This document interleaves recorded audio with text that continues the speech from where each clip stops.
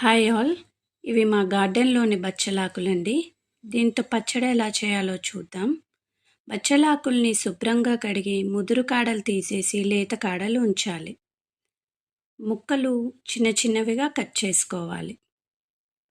10 నుండి 20 ఎండుమిరపకాయలు, కొద్దిగా చింతపండు నీళ్ళల్లో నానబెట్టుకోవాలి. ప్యాన్లో 2 స్పూన్స్ ఆయిల్ వేసి ఎండుమిరపకాయలు వేపాలి. వేగిన తర్వాత తీసేసి అదే ప్యాన్లో తరిగిన ఆకుకూర వేయాలి. మూత పెట్టకుండా మీడియం ఫ్లేమ్లో మగ్గనివ్వాలి.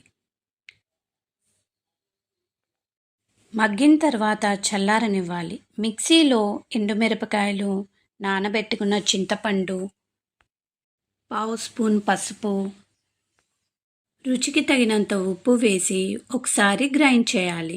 తర్వాత మగ్గించిన ఆకు కూడా వేసి మరీ పేస్ట్గా కాకుండా గ్రైండ్ చేయాలి. పచ్చలి గింజలతో ఫ్రై ఆల్రెడీ పోస్ట్ చేశాను నా ఛానల్లో. ఒకసారి డిస్క్రిప్షన్లో లింక్ ఇచ్చాను, చూడండి.